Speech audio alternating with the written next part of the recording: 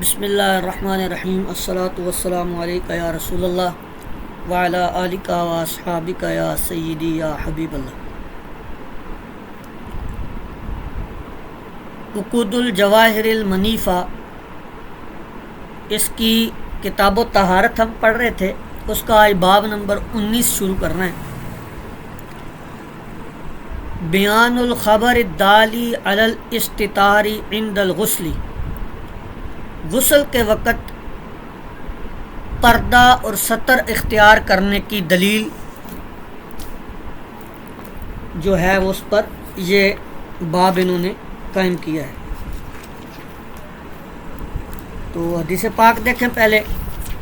امام ابو حنیفہ رحمۃ اللہ علیہ حارث بن عبد الرحمن سے، وہ ابو صالح سے، اور وہ ام ہانی سے، وہ حضور علیہ الصلوۃ والسلام سے روایت کرتی ہیں کہ حضور علیہ الصلوۃ والسلام کے لیے فتح مکہ کے دن پانی جو ہے وہ رکھا گیا، اور ایسی جگہ پر رکھا گیا جو پردے والی تھی، پردہ نما تھی۔ پھر حضور علیہ الصلوۃ والسلام نے اس میں غسل کیا، اور غسل کے بعد 2 رکعت نماز ادا فرمائی۔ اس روایت کو ابن خسرو نے، امام اشنانی نے اور طلحہ رحمہ اللہ نے مسانید امام ابو حنیفہ میں درج کیا ہے۔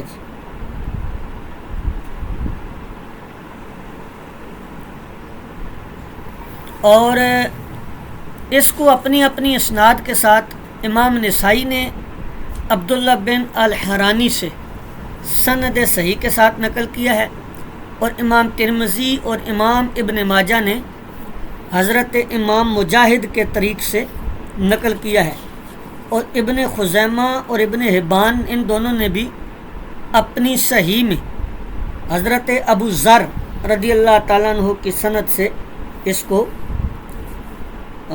جو ہے وہ روایت کیا ہے۔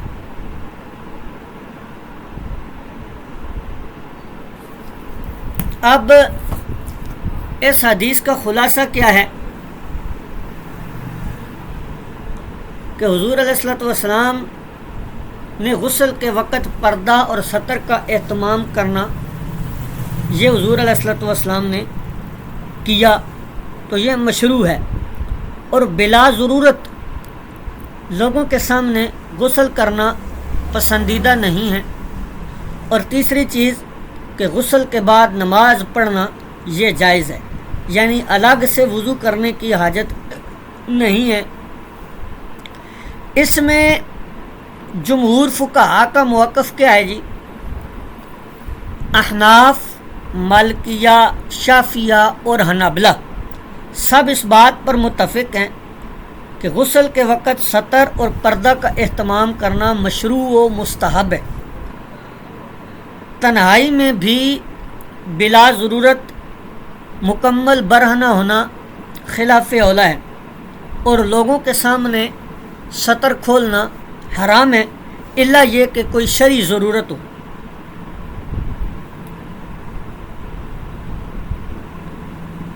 تو اس کے بعد اگلی حدیث پاک دیکھ لیں۔ بیان الخبر الدالی علی طہارت الماء المستعمل، کہ مستعمل پانی کے پاک ہونے کی دلیل پر جو خبر دلالت کرتی ہے اس کا بیان۔ حضرت امام اعظم ابو حنیفہ رحمۃ اللہ علیہ محمد بن المنقدر سے، وہ حضرت جابر سے، وہ فرماتے ہیں کہ حضور علیہ الصلوۃ والسلام حضرت ابوبکر اور عمر رضی اللہ تعالیٰ عنہما کے ساتھ میری عیادت کرنے آئے جب میں کیا تھا، بیمار تھا۔ تو حضور علیہ الصلوۃ والسلام نے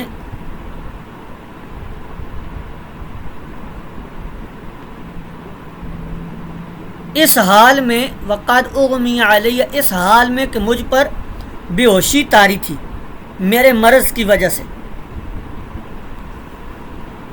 تو حضور علیہ الصلوۃ والسلام نے کیا کیا، وضو فرمایا اور وضو کا جو پانی تھا، اپنے وضو کا پانی وہ مجھ پر ڈالا، فافقت، تو مجھے کیا ہوا، افاقہ ہوا۔ اس روایت کو، اس حدیث کو اسی طرح امام محمد بن بکر قاضی الدامغان نے مکاتبتاً روایت کیا ہے، اور اس کو شیخان یعنی بخاری و مسلم اور امام ابو داؤد اور امام نسائی نے بھی نقل کیا ہے، اور یہ جو الفاظ ہیں وقد اغمی علیہ، یہ ابو داؤد شریف کے اندر پائے جاتے ہیں، اس کے علاوہ عقود الجواہر المنیفہ کے علاوہ ابو داؤد شریف کے اندر پائے جاتے ہیں۔ اب اس حدیث پاک سے ہمیں کیا پتہ چلا کہ وضو یا غسل کے بعد بچ جانے والا پانی یہ پاک ہے، ناپاک نہیں ہے، نجس نہیں ہے۔ مستعمل پانی سے نجاست لازم نہیں آتی۔ اس حدیث سے مستعمل پانی کی طہارت پر استدلال کیا گیا ہے۔ فقہائے کرام کے درمیان اس کے بعض جزوی احکام میں اختلاف موجود ہیں۔ وہ کیا ہیں جی؟ احناف کا موقف کیا ہے؟ اب جو فقہا کا اختلاف ہے وہ تھوڑا دیکھ لیتے ہیں۔ احناف کے نزدیک مستعمل پانی طاہر تو ہے لیکن مطہر نہیں ہے، یعنی پاک ہے لیکن پاک کرنے والا نہیں ہے۔ یعنی اگر کسی نے وضو یا غسل کر لیا تو اس کے اعضاء سے گرنے والا پانی پاک تو ہے، مگر دوبارہ وہی پانی وضو یا غسل کے لیے استعمال نہیں کیا جا سکتا۔ وجہ یہ ہے کہ عبادت کی ادائیگی کے بعد پانی کی صفت تطہیر، جو اس کی صفت مطہریت ہے، پاک کرنے والی صفت ہے، وہ ختم ہو جاتی ہے۔ مالکیہ کا موقف کیا ہے جی؟ مالکیہ کہتے ہیں کہ مستعمل پانی پاک بھی ہے اور پاک کرنے والا بھی ہے، اگرچہ نیا پانی استعمال کرنا افضل ہے۔ اور شوافع کا موقف کیا ہے جی؟ شوافع کا موقف احناف والا ہے کہ مستعمل پانی پاک تو ہے لیکن پاک کرنے والا نہیں ہے۔ اور حنابلہ کا موقف کیا ہے؟ متقدمین حنابلہ کا موقف احناف و شوافع کے قریب قریب ہے، یعنی مستعمل پانی پاک بھی ہے اور مطہر بھی، لیکن یہ متاخرین کا موقف ہے، متاخرین حنابلہ کا۔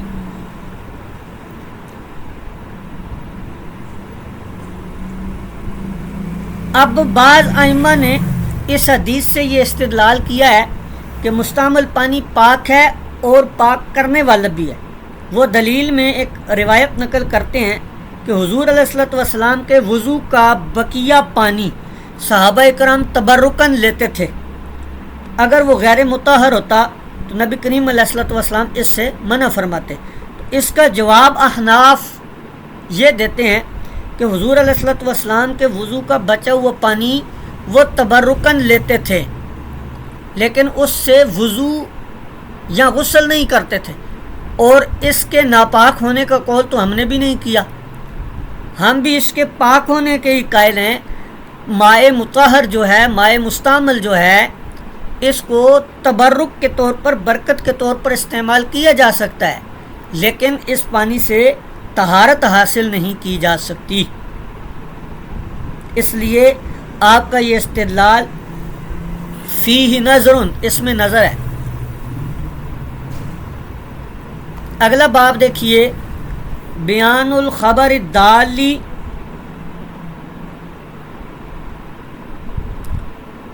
علی جواز غسل الرجل والمرأة من اناء واحد، کہ مرد اور عورت کا ایک ہی برتن سے غسل کرنا جائز ہے۔ حضرت امام اعظم ابو حنیفہ رحمۃ اللہ علیہ حضرت حماد سے، اور وہ حضرت ابراہیم سے، وہ حضرت عائشہ صدیقہ رضی اللہ تعالی عنہا سے وہ بیان کرتی ہیں کہ حضور علیہ الصلوۃ والسلام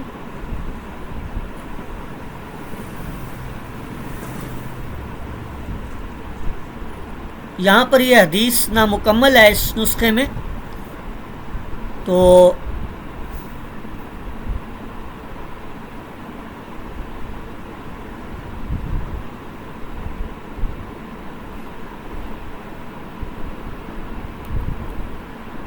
اچھا ٹھیک ہے۔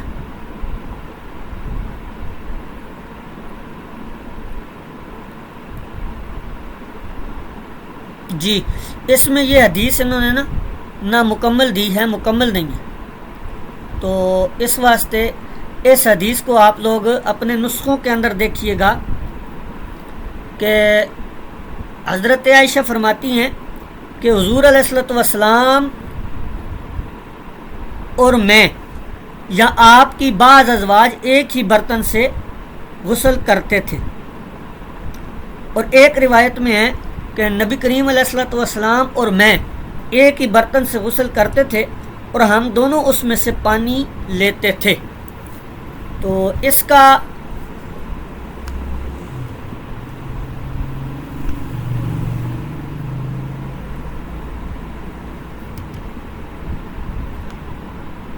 اب خلاصہ کلام دیکھ لیں کہ میاں بیوی کا ایک ہی برتن سے غسل کرنا جائز ہے، ایک شخص کے استعمال سے پانی ناپاک نہیں ہوتا، اور اس حدیث سے میاں بیوی کا باہمی حسن معاشرت کا بھی پتہ چلتا ہے۔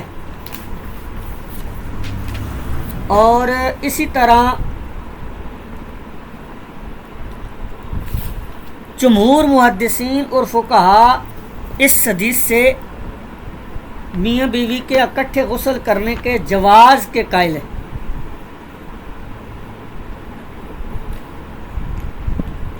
اور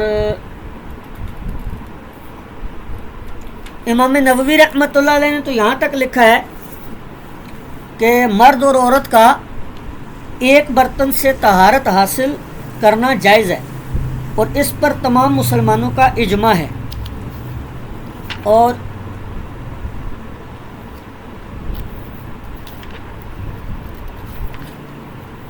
اب یہاں پر اس کی کئی صورتیں بن سکتی ہیں نا، تو وہ صورتیں تھوڑی سی دیکھ لیتے ہیں۔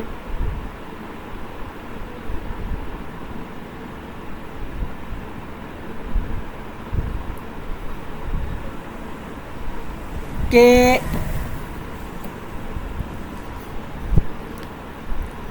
اس مسئلہ میں پہلی صورت تو یہ بنے گی، مرد کے وضو یا غسل کے بچے ہوئے پانی کو مرد استعمال کرے، یعنی مرد کا وضو یا غسل کا بچا ہوا پانی مرد استعمال کرے دوبارہ، یا عورت کا بچا ہوا پانی عورت استعمال کرے، یہ دوسری صورت ہے۔ اور تیسری صورت اس کے برعکس کر دیں، عورت کے وضو یا غسل سے بچا ہوا پانی مرد استعمال کرے، یا مرد کا بچا ہوا پانی عورت استعمال کرے۔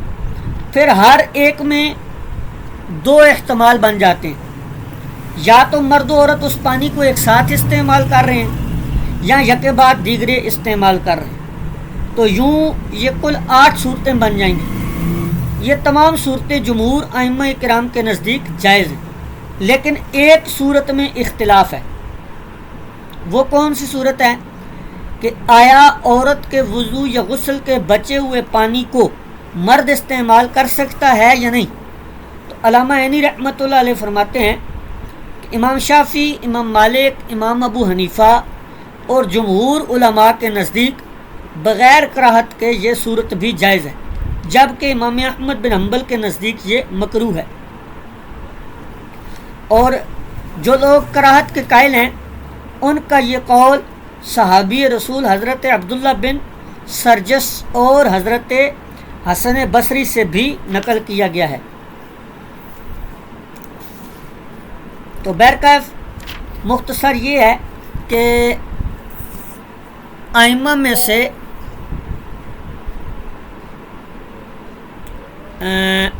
اتفاق یا جمہور جو ہیں وہ اسی کے قائل ہیں کہ غسل کرنا جائز ہے، ایک برتن میں عورت اور مرد کا، یا بچے ہوئے پانی سے ایک دوسرے کے وضو کرنا جائز ہے۔ یہ یاد رکھیے گا، یہاں بچے ہوئے پانی سے مراد مائع مستعمل نہیں ہے، جو برتن میں باقی بچ گیا وہ پانی مراد ہے۔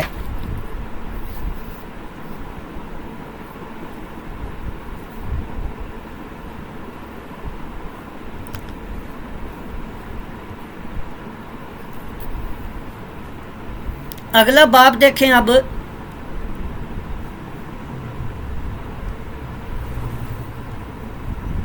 اگلا باب ہے ہمارا بیان الخبر المبیح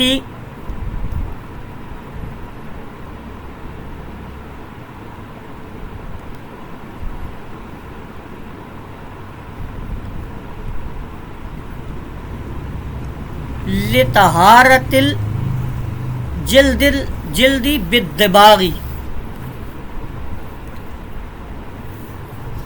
اب اس حدیث پاک میں، اس باب میں جو کھال ہوتی ہے، کھال، اس کو دباغت کر کے استعمال کرنا یا دباغت سے کھال جو ہے وہ پاک ہو جاتی ہے، اس کا بیان ہے۔ تو دیکھیے اس حدیث کو،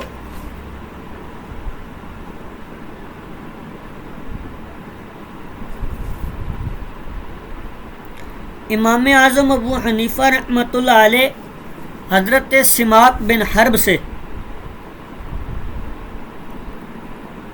وہ حضرت اکرمہ سے،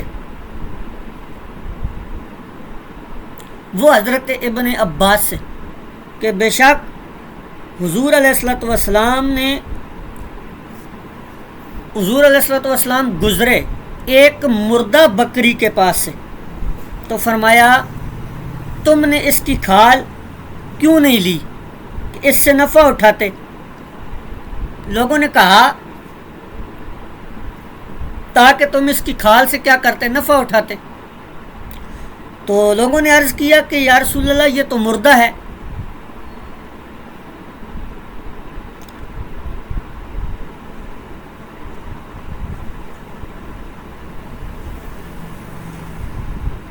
تو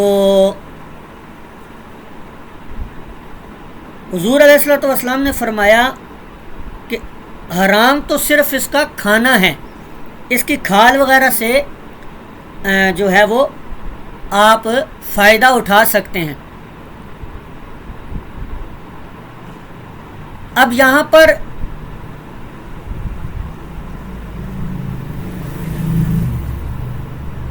بعض روایات کے اندر آتا ہے، جیسا کہ اب یہ نیچے والی حدیث آپ دیکھیں کہ جس کھال کو دباغت دے دی جائے وہ پاک ہو جاتی ہے، اور الاحاب یہ جو لفظ ہے یہ کچی کھال کے لیے استعمال ہوتا ہے، یعنی وہ کھال جو ابھی دباغت نہ کی گئی ہو، اور کھال کو مخصوص طریقے سے صاف کرنا، بدبو، رطوبت اور نجاست کے اثرات جو ہے وہ دور کرنا، یہ دباغت کہلاتا ہے۔ تو دباغت کے بعد کھال پاک ہو جاتی ہے۔ اس روایت کو امام ترمذی، امام نسائی، امام ابن ماجہ، امام شافعی وغیرہ نے حضرت ابن عباس سے ہی روایت کیا ہے۔ تو ائمہ اربعہ سب اس بات کے قائل ہیں کہ کھال جو ہے یہ دباغت سے کیا ہو جاتی ہے؟ پاک ہو جاتی ہے۔ اچھا، کن جانوروں کی کھال پاک ہوتی ہے؟ احناف کے نزدیک خنزیر کے علاوہ تمام جانوروں کی کھال دباغت کے بعد پاک ہو جاتی ہے، اور شافعیہ کے نزدیک کتے اور خنزیر کی کھال دباغت سے پاک نہیں ہوتی، باقی سب کی ہو جاتی ہے۔ مالکیہ اور حنابلہ بھی جو ہیں وہ کتے اور خنزیر کو مستثنا قرار دیتے ہیں دباغت سے، یعنی ان کی کھال جو ہے وہ دباغت سے پاک نہیں ہو سکتی۔ اچھا، دباغت کے بعد کون سے امور ہیں کہ کھال کو ہم کن امور میں استعمال کر سکتے ہیں دباغت کے بعد؟ تو جائے نماز وغیرہ، مشکیزہ بنانا، پانی کا ڈلو بنا لینا، یا چمڑے کا جوتا یا بیگ وغیرہ بنا لینا، یہ جائز ہے۔ تو خلاصہ کلام یہ نکلا کہ مردار جانور کی کھال دباغت کے بعد پاک ہو جاتی ہے، اس سے مختلف جائز قسم کے استعمالات کیے جا سکتے ہیں۔ کتے اور خنزیر کی کھال کے بارے میں فقہا کے درمیان اختلاف پایا جاتا ہے، لیکن دباغت سے تمام جانوروں کی کھال پاک ہو جاتی ہے، یہ اختلاف نہیں پایا جاتا۔ آگے ہے فی حکم سؤر الحرۃ، کہ بلی کا جوٹھا اس کا کیا حکم ہے، بلی کے جوٹھے کا حکم کیا ہے؟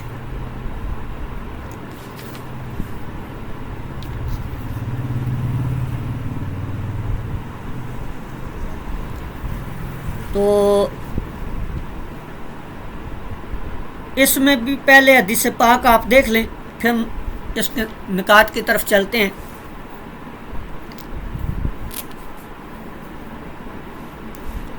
حضرت امام ابو حنیفہ، امام شعبی سے، وہ حضرت مسروق سے، اور وہ حضرت عائشہ صدیقہ سے روایت کرتے ہیں کہ اللہ کے رسول صلی اللہ تعالی علیہ وسلم نے ایک دن وضو فرمایا،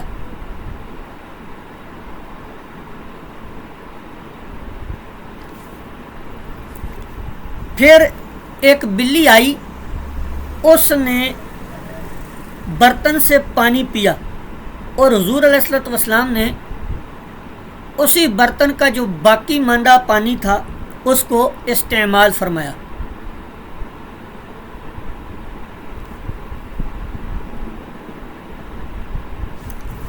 اس کو امام ابن خسرو نے مسند ابی حنیفہ کے اندر نقل کیا ہے، اور اسی طرح تخریج کیا ہے مانن، یعنی الفاظ کا اختلاف ہو سکتا ہے، مفہوم اور معنی یہی ہے۔ امام ابو داؤد، امام ابن ماجہ اور امام طحاوی نے، اور دارقطنی اور بہقی نے، اور ابن خزیمہ وغیرہ نے، ان سب نے حضرت عائشہ صدیقہ رضی اللہ تعالی عنہ سے اسی طرح روایت کیا۔ اب سؤر الحرۃ میں لفظ سؤر اس پانی یا مشروب کو کہتے ہیں جو کسی جاندار کے پینے کے بعد برتن میں باقی بچ جائے، یعنی جوٹھا پانی۔ تو بلی کا جوٹھا جمہور فقہا کے نزدیک پاک ہے، اس سے وضو کرنا بھی جائز ہے، اس پانی کا پینا بھی جائز ہے۔ احناف کے نزدیک، مالکیہ اور شافعیہ اور حنابلہ کے نزدیک، ان سب کے نزدیک بلی کا بچا ہوا پانی پاک ہے۔